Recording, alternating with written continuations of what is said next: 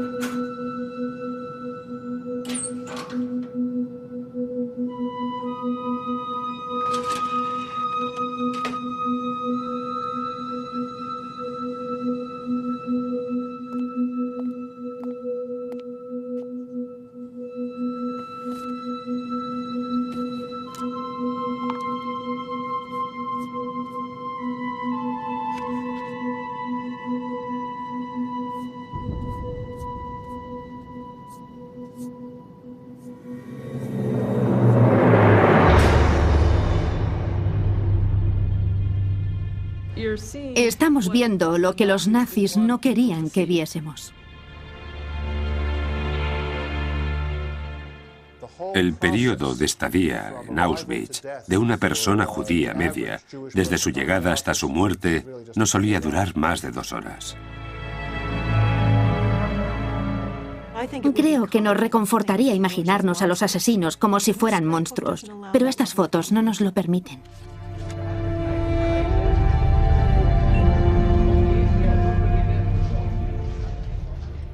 ¿Cómo puede trabajar alguien día y noche, noche y día, 24 horas diarias, 7 días a la semana, matando gente?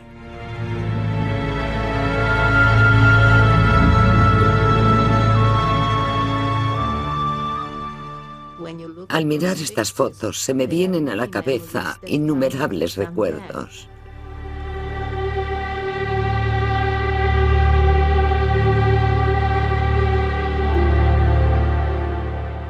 En teoría, este álbum no debería de estar aquí.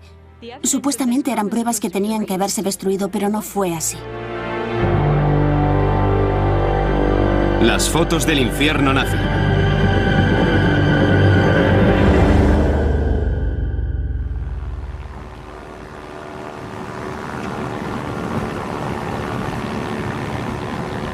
En el verano de 1944, aviones de reconocimiento estadounidenses preparaban sus cámaras para una sesión de fotos centrada en una fábrica de Polonia que tenían como objetivo.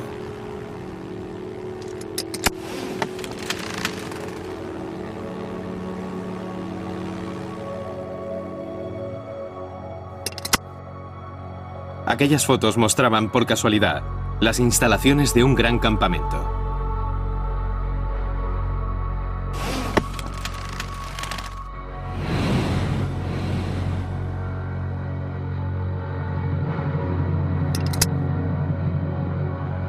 Se veían barracones y vagones de tren perfectamente estacionados.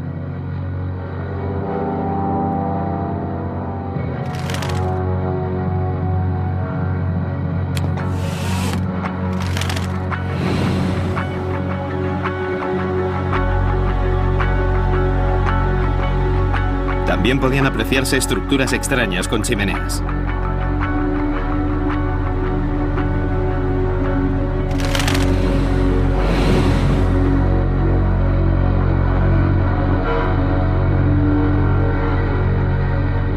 Como las instalaciones que se apreciaban en la foto no era un objetivo militar, nadie se percató de ellas hasta el año 1978.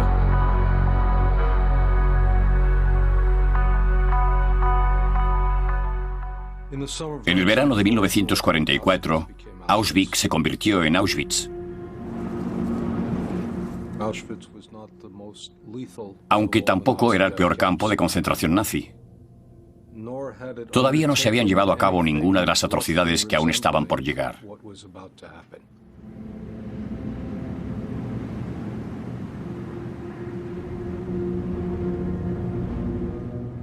En marzo de 1944, los alemanes invadieron Hungría.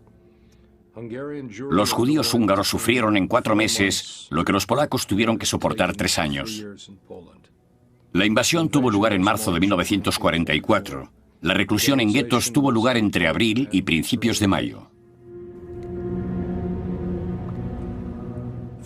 Casi 437.402 judíos fueron trasladados a Auschwitz entre el 15 de mayo y el 8 de julio.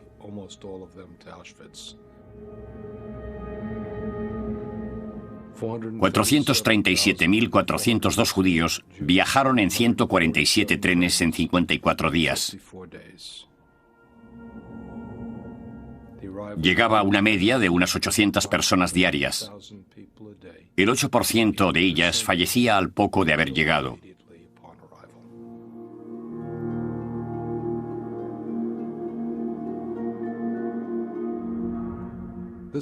Tenía que suponer una tarea herculina para los asesinos. Las cámaras de gas no tenían tanta capacidad, por lo que acababan por quemar a algunos de los prisioneros en campo abierto usando gases y gasolina. Está claro que eran un equipo muy bien organizado.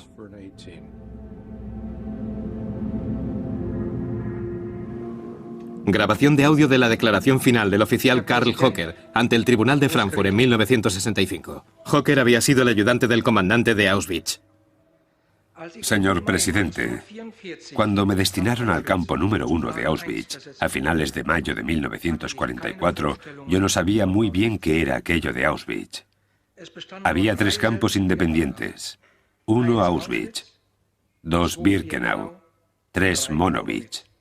Todos eran independientes entre sí y todos contaban con un comandante y un ayudante propios. El 14 de enero de 2007 llegó un paquete al Museo del Holocausto de los Estados Unidos.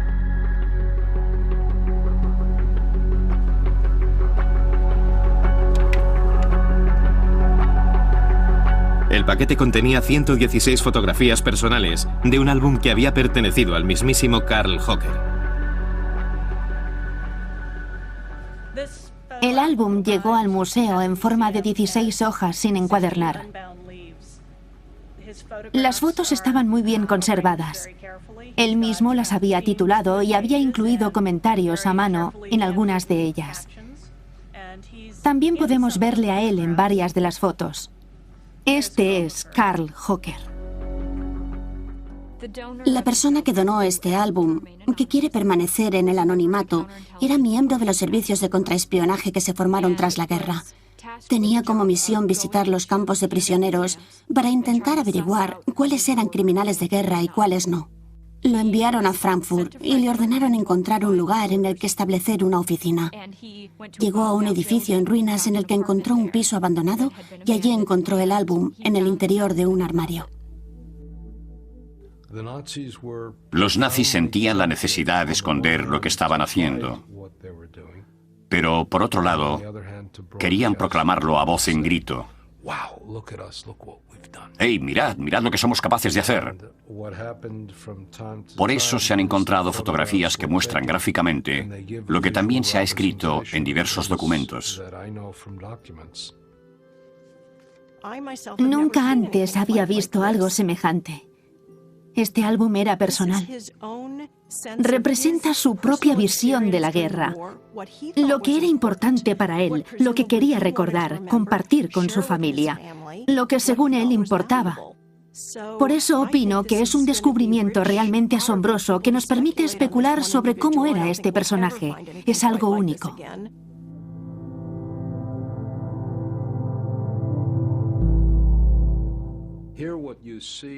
Lo que podemos ver aquí son las caras de los asesinos mientras intentaban relajarse.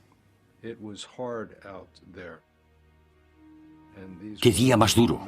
Se me ha hecho larguísimo. Son hombres que se sentían, y lo voy a decir con todas las letras, se sentían orgullosos de lo que estaban haciendo. El álbum me sorprendió muchísimo, porque la gran pregunta sobre el Holocausto ha sido siempre, ¿por qué? ¿Por qué mata a la gente? ¿Cómo podía haber tanta gente dispuesta a hacer algo así en una nación tan civilizada? Y este álbum los muestra como seres humanos. En mi opinión, es una pregunta sin respuestas. Y el álbum nos obliga a creer en la parte humana de esos asesinos, aunque intentemos resistirnos a ello.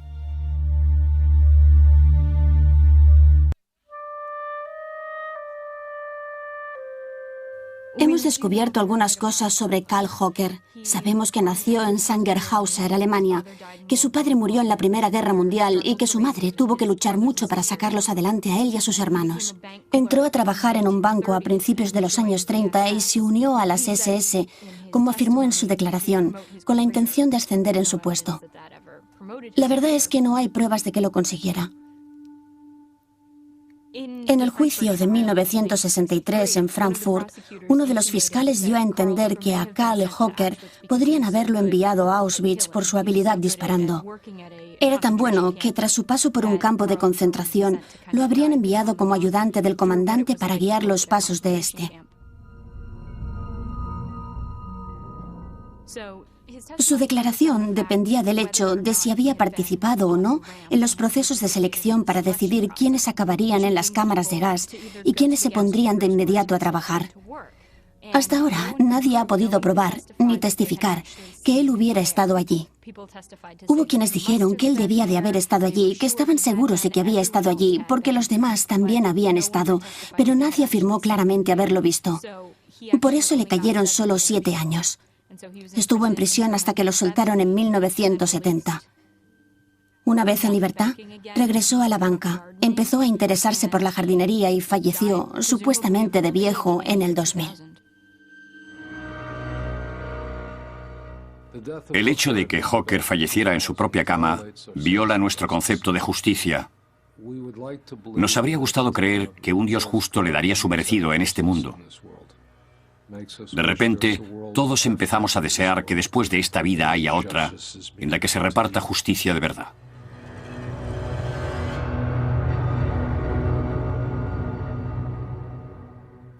Cuando el álbum llegó a nuestras manos, todos nos emocionamos muchísimo y lo vimos como la oportunidad de oro para conseguir otra beca y para obtener información nueva. Pero poco a poco nos fuimos enfadando. Yo me cabré mucho y algunos de mis compañeros también, porque todos sabíamos lo que estaba pasando cuando sacaron las fotos y a ninguno de esos hombres parecía importarles lo más mínimo. Con esta foto entendimos la relevancia del álbum, porque en ella vimos por primera vez en una fotografía a Josef Mengele. Estaban en una especie de celebración, probablemente durante el verano de 1944. De repente todos dijimos, ¡Eureka! Yo sabía qué apariencia tenía más o menos en aquella época, pero también sabía que, supuestamente, no había pruebas gráficas de él en ningún campo de concentración. Por eso, cuando lo distinguimos entre los fotografiados, nos dimos cuenta de que este álbum era especial, realmente único. Lo más interesante sobre Mengele es que tenía un doctorado, que era un hombre muy inteligente y que rondaría los 32 años. Sin embargo, esta fue su forma de aprovechar los conocimientos que poseía en un crimen tan atroz. Ahora, mucha gente ha oído hablar del doctor Josef Mengele, pero muy pocos conocen al doctor Claude Clover, que era igual de malvado. Su especialidad, la esterilización femenina. Para ello utilizaba ácidos. En esta foto parece un pediatra jovial, pero no era un buen hombre.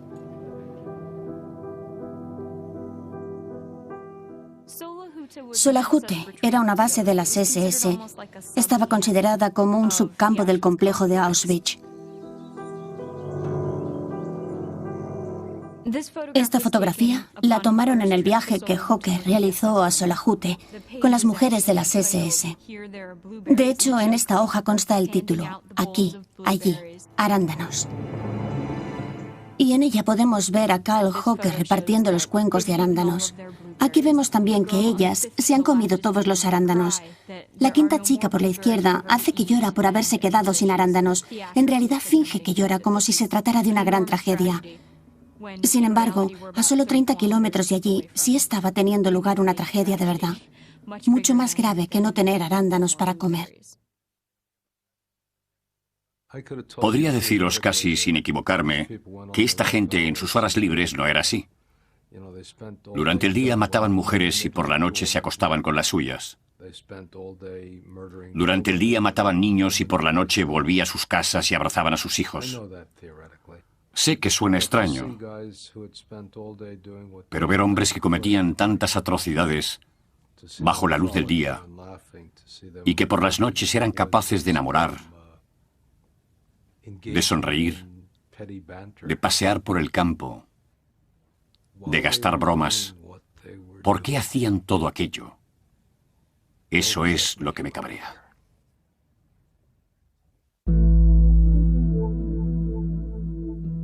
Para poder trabajar con material de este tipo, tienes que, en cierto modo, alejarte de él. Tienes que intentar mantener las distancias para no quemarte, para no chamuscarte, o te hará añicos. Se te cae el alma a los pies al enfrentarte a algo semejante.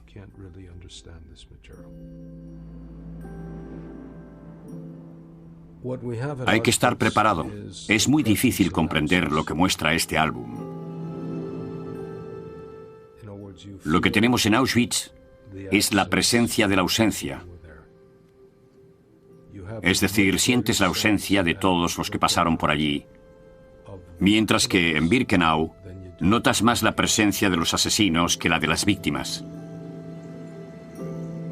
Auschwitz es un lugar de fantasmas, y nosotros solo mostramos la apariencia de las sombras de aquellos tiempos porque la realidad de lo que ocurrió nos abruma y no somos capaces de enfrentarnos a ello. Por eso mostramos solo un esbozo y confiamos en que el espectador y todos nosotros sepamos añadir a ese esbozo lo que conocemos de la historia para hacernos una idea más aproximada.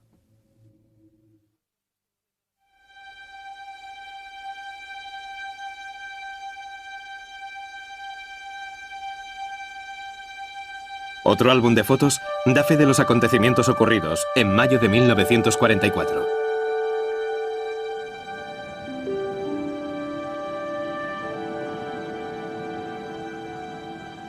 Conocido como el álbum de Auschwitz o el álbum de Jacob, esta colección de fotos no se centra en los asesinos. Nos muestra a las víctimas.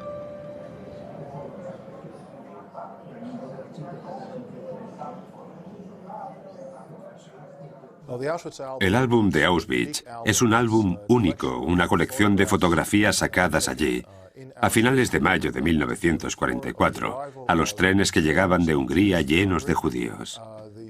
Las habían sacado dos fotógrafos de las SS, que luego crearon un álbum con cerca de 200 fotos de la llegada, de los procesos de selección y de los miles de judíos que fueron recluidos en Auschwitz.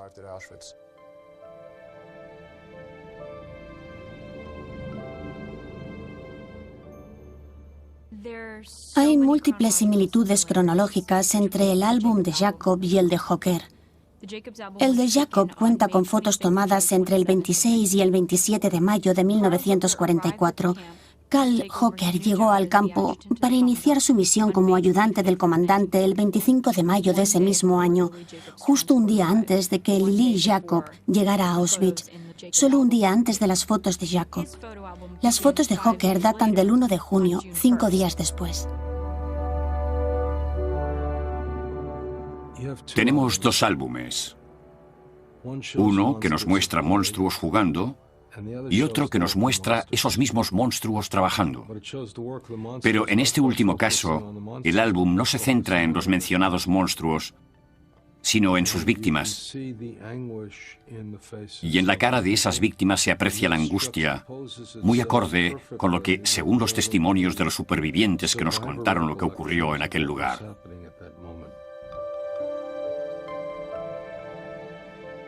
Lili Jacob era una mujer joven de Transcarpatia, una región de Hungría. Ella y los demás miembros de su comunidad llegaron a Auschwitz a finales de mayo de 1944. A su llegada también los fotografiaron. A ella la eligieron para trabajar, a gran parte de su familia no. Una de las fotografías más icónicas del álbum de Jacob nos muestra a sus dos hermanos pequeños, a quienes mataron nada más llegar.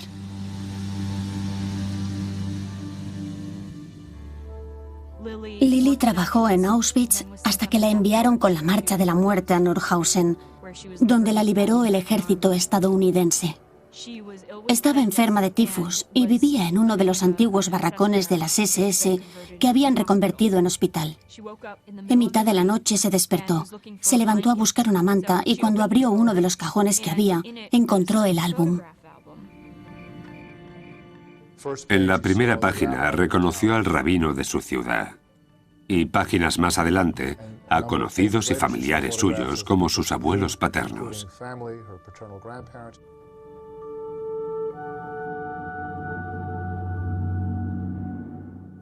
E incluso en alguna foto salía ella.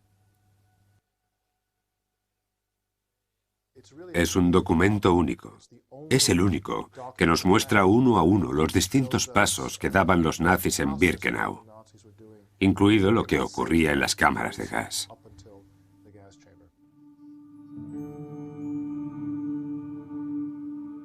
Este álbum en concreto está expuesto, abierto por una página en la que hay una inscripción a modo de título que añadieron los dos hombres de las SS que crearon el álbum. En la página en cuestión pone Frauen bei der Ankunft, mujeres a su llegada. La verdad es que nos tiene muy intrigados el por qué estos hombres decidieron crear un álbum de fotos como este. No hemos llegado a ninguna conclusión al respecto, entre otras cosas, porque tampoco hemos podido preguntarles. Solo podemos hacer conjeturas.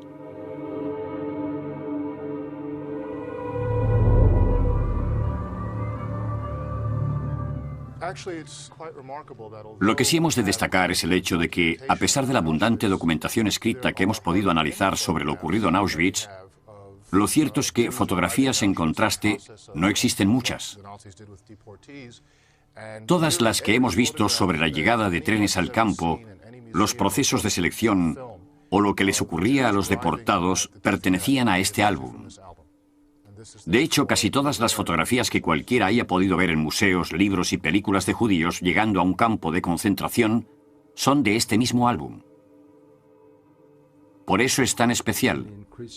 Es como si esperáramos que, comprendiendo mejor el pasado, nos sería mucho más fácil reaccionar de otra manera en el futuro. Por eso, los que nos interesamos tanto por este tipo de material, tenemos que intentar mantener las distancias de algún modo, aunque, en el fondo, también queremos evitar que aquel horror humano vuelva a repetirse. El álbum de Auschwitz nos recuerda que aquellas víctimas eran seres humanos.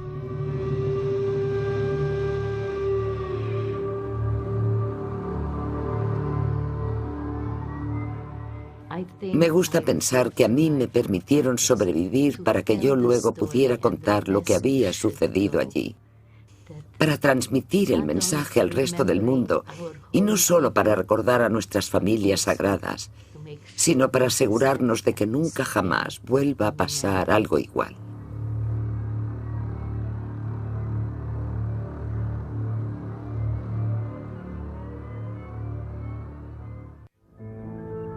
Ruth Brand tenía 16 años en junio de 1944. La subieron a un tren cerca de su ciudad natal, Izokonia, Hungría. 3 días después, ella y su familia llegaron a Auschwitz.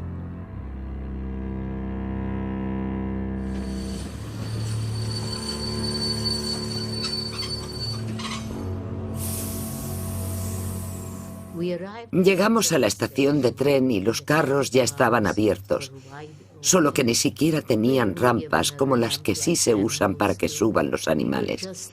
A nosotros nos cogían como si fuéramos bolsas de basura y nos tiraban dentro. En esas estábamos cuando 3 días y 3 noches más tarde se detuvo el tren en mitad de la noche. No teníamos ni idea de qué era Auschwitz. Unos hombres vestidos con trajes a rayas abrieron las puertas y empezaron a sacarnos para afuera. Repetían: no cojáis nada, ya os lo daremos luego.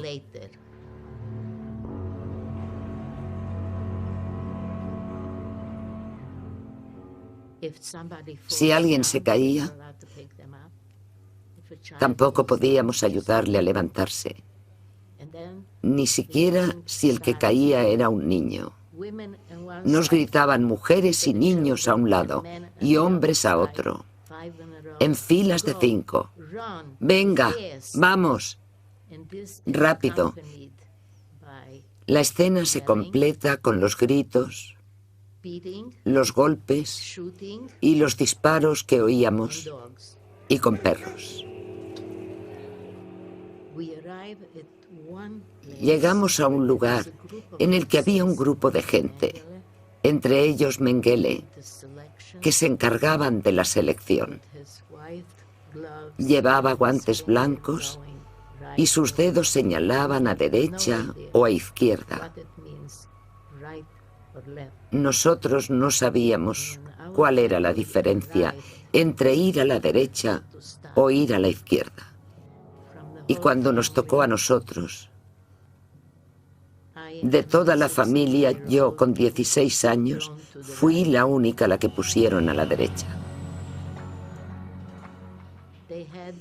Tenían una vara en forma de bastón con la que me empujaban hacia la derecha.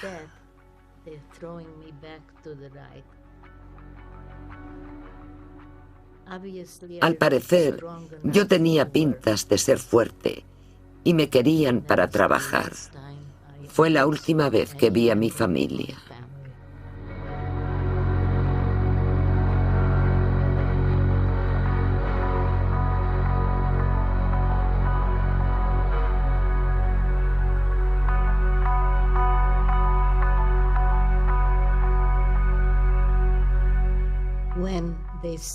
Cuando nos separaban,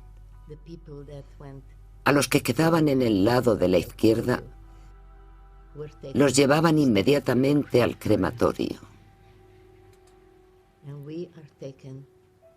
A los que situaban en el grupo de la derecha, a la sauna, donde los obligaban a desvestirse y a entrar en la habitación contigua.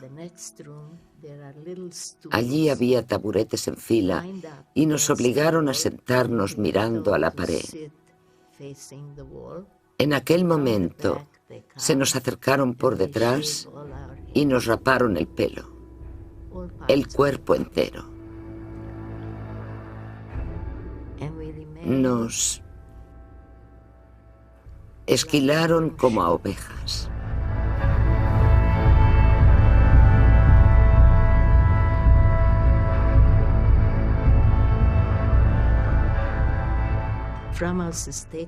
Nos quitaron todo lo que llevábamos. Fotos, ropa, joyas, gafas, y si no te quitabas los pendientes rápido, ellos mismos te los arrancaban.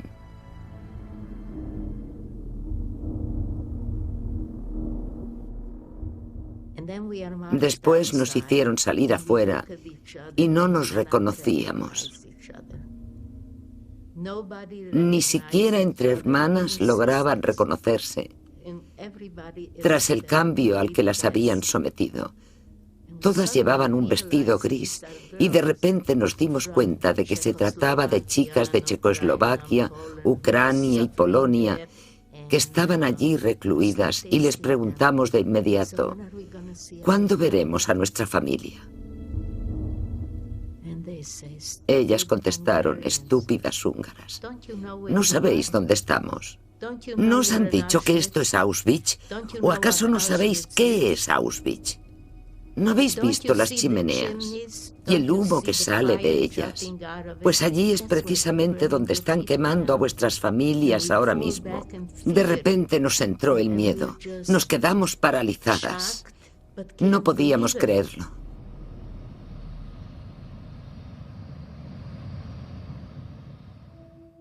El álbum de Auschwitz termina con una foto de los prisioneros esperando en un prado a las puertas de la cámara de gas.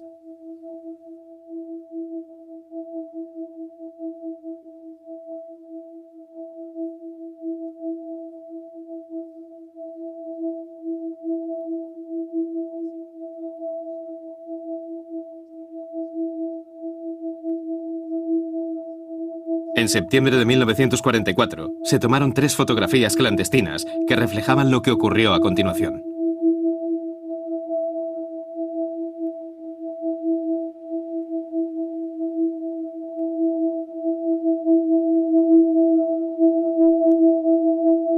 Estas fotografías, tomadas fuera del crematorio, documentan la disposición de los asesinos durante la tragedia.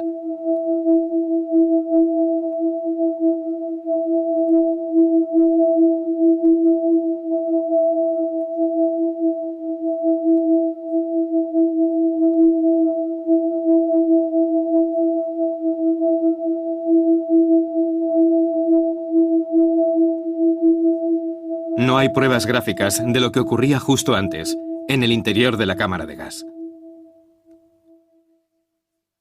Nunca sabremos qué era exactamente estar dentro de una cámara de gas.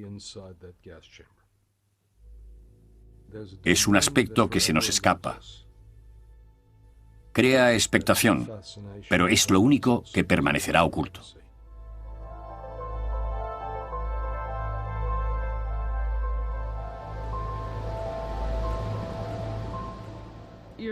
Estamos viendo lo que los nazis no querían que viésemos. Estamos viendo lo que sucedía dentro de la cámara de gas, pero no se aprecian todos los detalles si no nos fijamos cuidadosamente en la gente, en el horror que muestran sus caras ante todo lo que estaba pasando allí.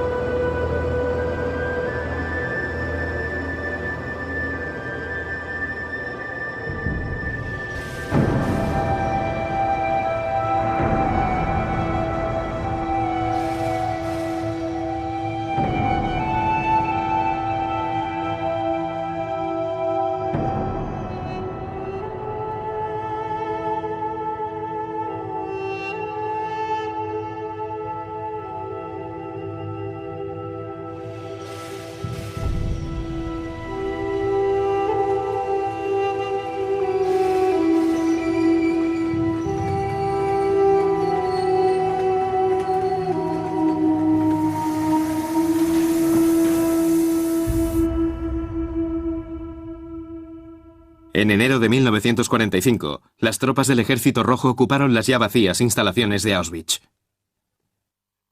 Se calcula que más de 1 millón de hombres, mujeres y niños murieron durante la ocupación nazi del campamento.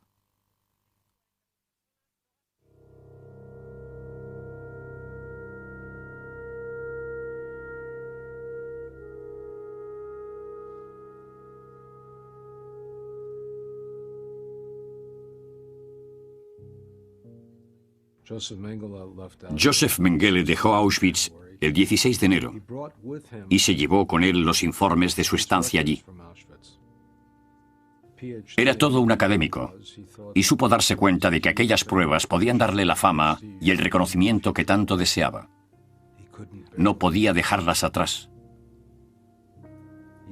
Falleció ahogado, una muerte limpia. ¿Cuánto sufrió? 20 segundos, 30, 40. Puede que su familia y amigos sufrieran al perderle, pero su muerte fue más limpia y agradable de lo que se hubiera esperado. Kramer se fue a Bergen-Belsen, pero cuando el ejército británico irrumpió, lo juzgaron y condenaron a muerte.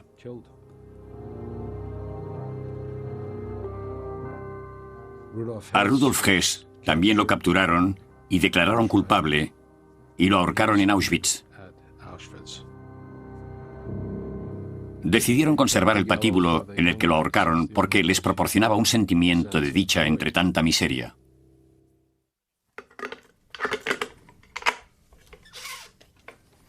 Cuando se acabó la guerra, Carl Hocker regresó a la banca y se erigió como el cajero principal de su entidad.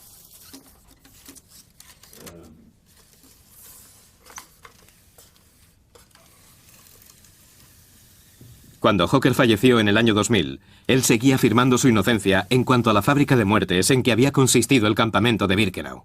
Carl Hocker, declaración final, Tribunal de Frankfurt, 1965.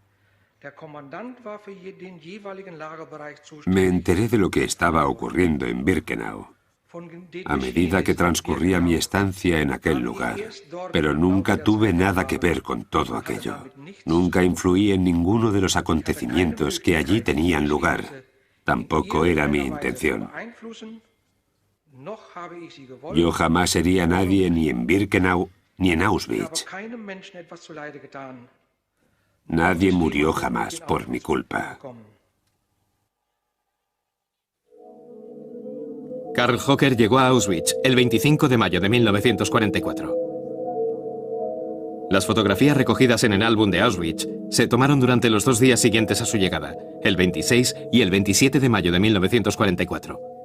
En uno de esos días podrían haber fotografiado a Carl Hocker en la rampa de llegada.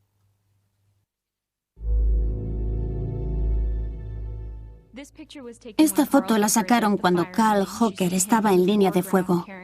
Del álbum de Auschwitz. En ella se le ve en primer plano con su pistola y a punto de comenzar sus prácticas de tiro. Su pose recuerda enormemente a uno de los oficiales que estaba de espaldas en la rampa de llegada en las fotos del álbum de Lily Jacob. Obviamente, ni sabemos ahora ni sabremos nunca quién era ese oficial, si se trataba o no de Carl Hocker, aunque uno de los supervivientes lo identificó como alguien apellidado Hocker. Durante el juicio de Frankfurt a Carl Hocker, este declaró una y otra vez que nunca había estado en la rampa, que nunca había estado en Birkenau y que jamás había participado en la selección. Así que si estas fotografías prueban que Carl Hocker estuvo en la rampa, que participó en la selección de judíos y que mintió durante todo el juicio, podrían condenarlo a muerte o a cadena perpetua por los crímenes cometidos en Auschwitz.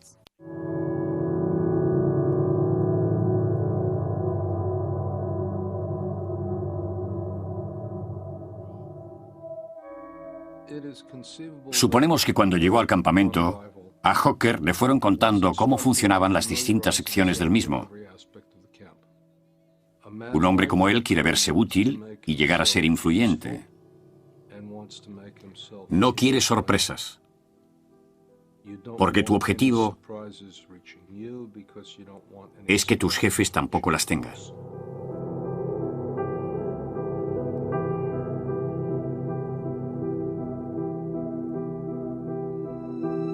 Si se logran mediciones adecuadas, será posible comparar científicamente las fotografías de los 2 álbumes.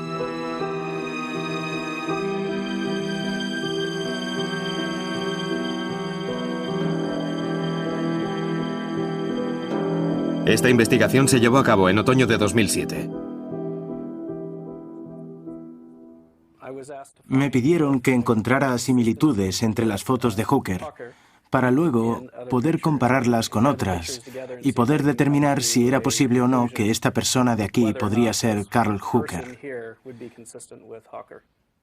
Así que analicé las fotos que me facilitaron.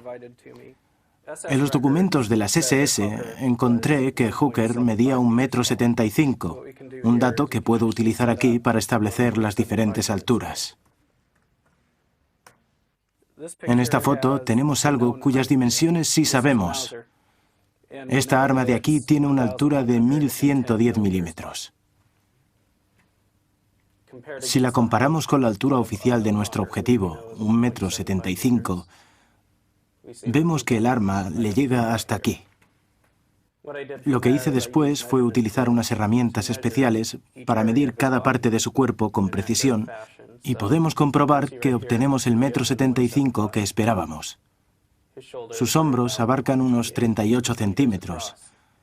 De su codo hasta la palma de su mano hay unos 29. Y sus botas miden unos 42 centímetros. Es decir, pasé todas las fotografías por el Photoshop para no destruir las originales y poder extraer el fragmento requerido. Y para poder valerme de los píxeles a la hora de medir tanto la altura como la anchura. De ese modo, ahora podemos comprobar que estas 4 fotos ofrecen muchas más similitudes de las esperadas. La cadera está más o menos a la misma altura en las 4 figuras humanas. Lo mismo ocurre con la zona de la pelvis, la altura de las botas desde el tacón, las rodillas y lo más alto de su cabeza. Las 4 personas están muy bien alineadas y sus proporciones nos permiten decir que es la misma persona. Identificar personas es una tarea ardua y no una ciencia exacta. Pero también es cierto que todos solemos tener algún rasgo único que nos caracterice. La altura de la frente, la longitud del brazo, la postura y la manera de andar, el tamaño de la cabeza, por ejemplo. Puede que no todos estos rasgos nos caractericen especialmente, pero siempre hay alguno que marca la diferencia y que nos hace únicos. Por eso, si encontramos ese elemento identificador, esa huella digital que nadie más posea, entonces sí podemos intentar saber si el hombre desconocido de esa foto era o no Carl Hocker.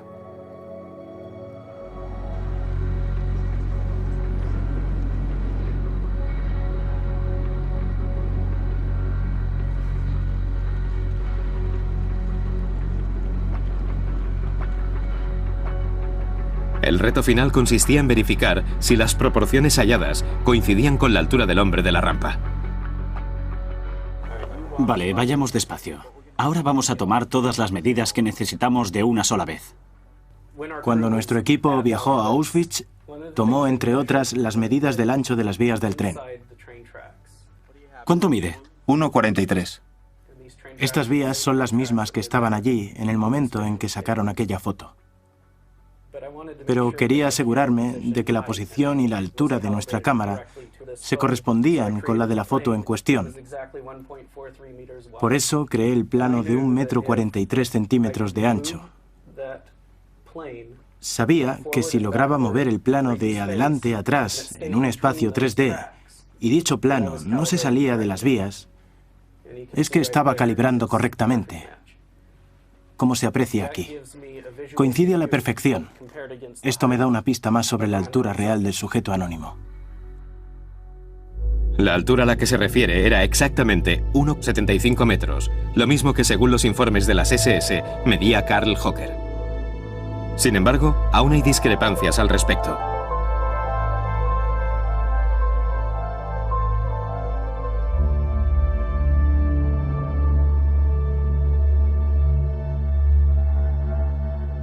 Las sombreras y los adornos del uniforme no coinciden con los de un oficial del rango de Hocker.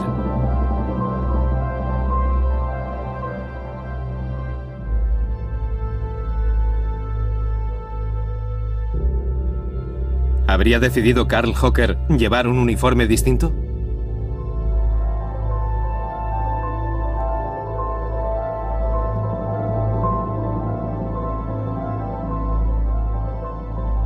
¿Habría estado esa decisión relacionada con la fotografía de aquel día de las SS que aparece en el álbum de Auschwitz? ¿O estamos ante un caso de identidad errónea? Si nos basamos en todo lo que se os pueda ocurrir, en todo lo que nos ha facilitado la tecnología, en todas las conclusiones a las que hemos podido llegar gracias a las mediciones y a la ciencia, tengo que decir que hemos avanzado mucho. Hemos ido dando un paso tras otro, y tras otro, y tras otro. Y las pruebas que tenemos son muy concluyentes al respecto. El Carl Hocker del álbum de fotos es el mismo Carl Hocker de la rampa.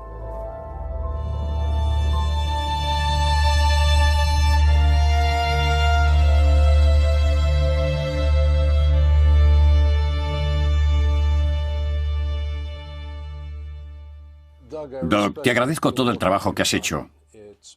Es un trabajo meticuloso, serio y preciso, y me ofrece nuevas perspectivas a la hora de analizar las imágenes y de comprender la información que encuentro en ellas. Lo único de lo que no estoy muy seguro es de la importancia de que esta sea o no la rampa. Uno de los estudios más relevantes sobre estos asesinos, que se titula The Nazi Doctors, los médicos nazis, y está escrito por J. Lifton, comienza con un diálogo fascinante. Un día acudió a entrevistar a uno de esos médicos nazis y se le acercó un superviviente de la época que le preguntó: Bob, ¿cuándo hicieron lo que hicieron? ¿Esta gente eran monstruos o eran realmente seres humanos? Lifton se giró, se encogió de hombros y contestó: eran personas. Si hubieran sido monstruos, nadie se habría interesado tanto por el tema. El hecho de que algo semejante ocurriera a manos de personas reales nos obliga a querer entenderlos. Y el superviviente gritó: es monstruoso que ellos no fueran monstruos. Lo que me sorprende del álbum, por ejemplo, es que nos muestra precisamente que se trataba de seres humanos, de personas que hicieron cosas monstruosas, pero que eran personas como tú y como yo.